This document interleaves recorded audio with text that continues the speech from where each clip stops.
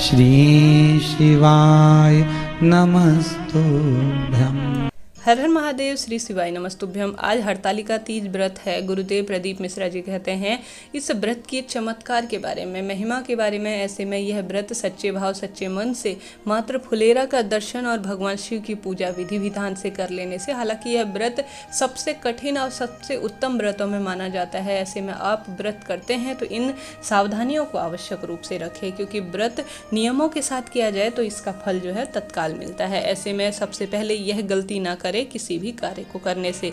ऐसे में आपने यह व्रत शुरू कर लिया है तो कभी भी इस व्रत को छोड़े ना, इस बात का ध्यान रखें। गुरुदेव कहते हैं यह व्रत शुरू कर लेने के बाद कभी छोड़ा नहीं जाता। अगर आप पीरियड से हैं, सूतक पातक इत्यादि में हैं, तो आपके नाम आपका जो व्रत है वह आपके पति कर लेंगे, आपके घर के अन्य सदस्य कर लेंगे, परंतु इस व्रत को छोड़िएगा नहीं। किसी कारणवश बहुत ज़्यादा इमरजेंसी है तो इस व्रत को आप जो है किसी अन्य व्यक्ति की मदद से पूर्ण कर सकते हैं, परंतु व्रत को छोड़िएगा नहीं। ये दूसरा यह है कि व्रत में सोना नहीं चाहिए, इस बात का आप सभी को ध्यान रखना होगा। दिन में किसी भी अवस्था में तबीयत खराब हो या कुछ भी दिक्कत हो, परंतु व्रत में यह कहा जाता है, व्रत से महापुराण कथा में गुरुदेव बताते हैं कि कभी भी व्रत में जो है सोना नहीं चाहिए, इससे व्रत खंडित हो जाता है। इसके साथ ही आप फुलेरा बांधेंगे, जो कि फुलेरा मतलब जो फूलों की माला तरह की एक सजावट की जाती है, उसका गुरुदेव विशेष महत्व बताते हैं। उसमें जो आप लटकन लगाएंगे, जिसे फुलेरा में कहा जाता है, यह 5 होनी चाहिए, इससे कम की संख्या में ना हो। इससे ज़्यादा हो तो बहुत उत्तम है। कई लोग गलती से 1-2 ही लगा लेंगे, परंतु नहीं, यह पूजा का आपको फल नहीं देगी। इस चीज़ का आप सभी को ध्यान रखना होगा। इसके साथ ही इसमें जैसे मैंने बताया, दिन में भी सोना वर्जित है और रात को भी जागरण किया जाता है। ऐसी अवस्था में आप सभी को पूर्ण रूप से इस बात का ध्यान रखना होगा। साथ ही व्रत का यह नियम होता है, क्रोध, ईर्ष्या, गुस्सा और चुगली इत्यादि करने से बचे। पूरे दिन निरंतर भगवान के नामों का जाप करें, प्रभु का स्मरण करें। इसके साथ ही आज के दिन अगर आप व्रत कर रहे हैं तो इस व्रत का यही विधान है, यही नियम है कि इसे निर्जला ही किया जाता है। किसी भी अवस्था में पानी इत्यादि लेना वर्जित माना जाता है। हालांकि आप गर्भवती हैं या किसी दुख बीमारी से जूझ रही हैं तो पानी इत्यादि एक टाइम पर पी सकती हैं, कोई दिक्कत की बात नहीं है।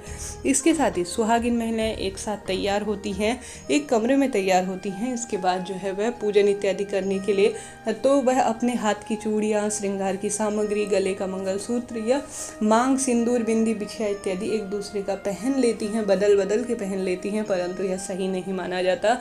अन्य दिनों चलो आप जो है छोटी मोटी चीज़ें शेयर कर लेते हैं, परंतु व्रत के दिन सुहाग की चीज़ें कभी भी जो है एक दूसरे से शेयर नहीं करनी चाहिए। आपके अखंड सुहाग की यह निशानी है, तो इस चीज़ का आप सभी को ध्यान रखना होगा। इसके साथ ही व्रत के दिन कभी भी काले या नीले रंग के कपड़े और सफ़ेद रंग के कपड़े ना पहने। व्रत का यह नियम होता है कि इस चीज़ का आप सभी को ध्यान रखना होगा। हमेशा लाल, पीले या हरे रंग के वस्त्रों का चुनाव करें भगवान शिव की पूजा में। इसके साथ ही भगवान शिव को इस बात का ध्यान रखें, केतकी का फूल और तुलसी दल समर्पित नहीं किया जाता।